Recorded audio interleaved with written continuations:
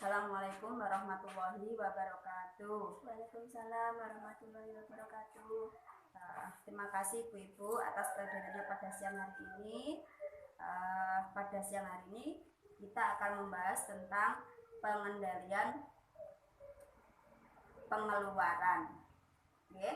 Pengendalian pengeluaran ini dibuat berdasarkan anggaran yang sudah dibuat.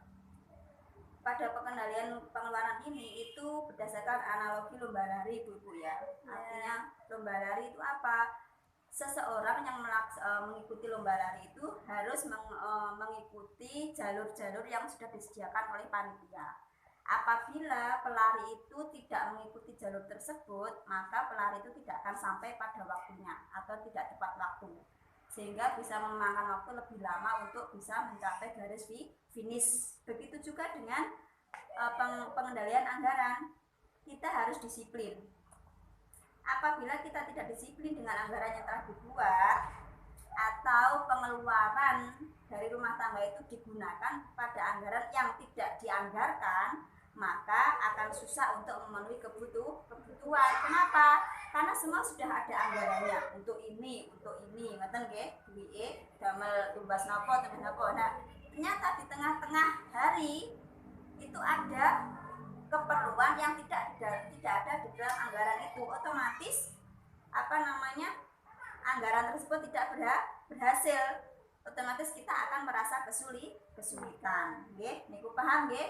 Dados dalam satu waktu itu kita harus melaksanakan sesuai dengan yang sudah dianggarkan. Kalau tidak dianggarkan tidak usah dilakukan. Paham nggih? Dados niku nanti jenengan membludak nanti kebutuhannya ya, mulai sesuai anggarannya bisa 100.000, nanti di luar anggaran itu, keperluan di luar anggaran bisa lebih dari 100.000. Nanti kan bingung, nanti bisa menimbulkan utang gitu. Tapi duit gak cukup, ada keperluan yang tidak penting harus dibeli, akhirnya membeli dengan uang lainnya niku. Nah, ibu-ibu, di sini saya punya kertas. Di sini ada kertas. Coba silakan ibu-ibu memilih salah satu dari beberapa orang sekian, nanti membentuk kelompok. Coba Ibu Retno diambil salah satu. Oke, silakan dibuka. Nomor 4. Sekarang Ibu Retno tolong nanti untuk orang 1, 2, 3, 4, 5 orang membentuk satu kelompok ya, kelompok A atau kelompok Ibu Retno nanti. Tolong permasalahan nomor 4 itu didiskusikan ya, diskusikan bersama. Masalahnya apa, solusinya bagaimana, dan penjelasannya nanti seperti apa. Coba nanti burunya coba di itu. Saya kasih waktu 5 menit nggih untuk mendiskusikan masalah itu. Oke. Sudah, Bu? Sudah 5 menit loh ya? Ya, sudah. Alhamdulillah. Coba sekarang Bu Retno ini permasalahannya nomor 4 coba dibaca. Sini sayang. Oh, pintar. Salah seorang tetangga Ibu Lili datang menawarkan baju dagangannya. Kebetulan 3 bulan lagi Ibu Lili akan merayakan hari raya agamanya. Ibu Lili ingin sekali membelinya. Apakah yang harus Ibu Lili lakukan? Jawabannya adalah Ibu Lili sebaiknya tidak membeli baju tersebut, karena memakai baju baru di hari raya bukanlah kebutuhan utama. Membeli baju hanya menjadi kebutuhan jika memang keperluan pada saatnya. Oke, terima kasih. Beri tepuk tangan buat kelompoknya Bu Retno ya. Oke, bagus. Itu tadi adalah salah satu permasalahan. Ibu Lili itu mempunyai tetangga yang menawarkan baju lebaran. Sedangkan lebaran itu masih 3 bulan Bu ya. Masuk terlalu kok sudah nyelengi baju baru, pasanya lo belum dilalui ya toh, belum dikerjakan kok sudah mau beli baju lebaran, masih 3 bulan lagi. Nah, sebaiknya bagaimana? Itu bukan kebutuhan penting, masih 3 bulan juga, dan lebaran juga tidak harus membeli baju yang baru. Baju yang lama pun bisa, seperti contohnya baju baru alhamdulillah untuk dipakai di hari raya. Kalau tak beli tak apa-apa, masih ada baju yang lama. Nah, itu sesuai ibu-ibu ya, tidak harus beli baju yang baru, baju yang lama juga Bisa. Dan kalaupun bisa membeli baju lebaran itu bisa nanti, dan uangnya sekarang ini bisa digunakan untuk kebutuhan yang lebih penting seperti itu. Ini permasalahannya bisa itu ya ditiru ya ibu ya sama permasalahannya Bu Lili ini ya. Jangan sampai baru 3 bulan mau puasa sudah nyelengi baju barunya dulu ya. Padahal kebutuhan yang lain ada yang lebih penting. Nah itu contoh ini perilaku ibu ini ya.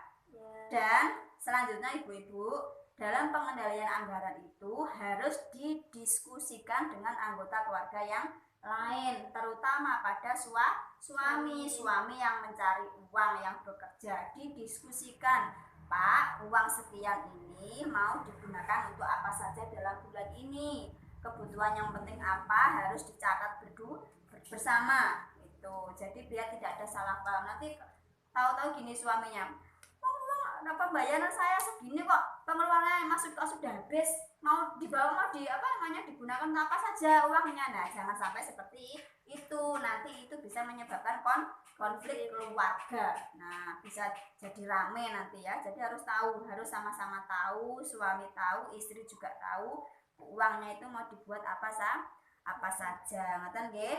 Nah Bu-ibu, dalam pengendalian anggaran ini ada 2 cara. Yang pertama sistem amplop. Sistem apa Bu?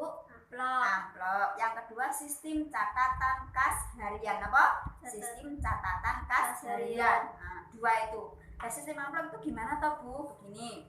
Sistem amplop itu ya pada saat dengan mendapatkan pemasukan uang dari suaminya tadi, pemasukan dalam 1 bulan itu, persiapkan beberapa amplop. Amplop itu bertuliskan kebutuhan dalam 1 bulan itu. Kebutuhan yang penting dulu yang ditulis. Contohnya yang penting apa Bu? Sing pasti, setiap bulan pasti dilakukan. Bayar listrik, bayar utang, arisan. Nah, apalagi kebutuhan anak. Uang pembayaran sekolah anak, uang saku anak gitu. Terus kebutuhan mendadak seperti itu dimasukkan Bu. Bayar listriknya berapa, plek disimpan, bayar khusus untuk bayar listrik. Untuk SPP anak khusus SPP anak. Jadi diamplopkan masing-masing kebutuhan itu. Nah, sehingga pada saat nanti waktunya tanggal berapa, tanggal sekian waktunya itu tinggal membayarkan. Kalau misalnya ada ada kelebihan misalnya, nah kelebihan itu nanti jangan lupa untuk menyisihkan untuk menabung nggih. Menabung itu penting, harus menabung. 1.000, 2.000 harus paten untuk diniatkan untuk menabung. Menabung itu gunanya untuk apa? Untuk memenuhi kebutuhan mendesak. Ngoten nggih. Terus diamplopi, dhewe-dhewe amplop A, amplop B, amplop C, amplop D. Jadi penak gitu. Nah niku, jadi tinggal ambil. Yang kedua, sistem catatan kas harian.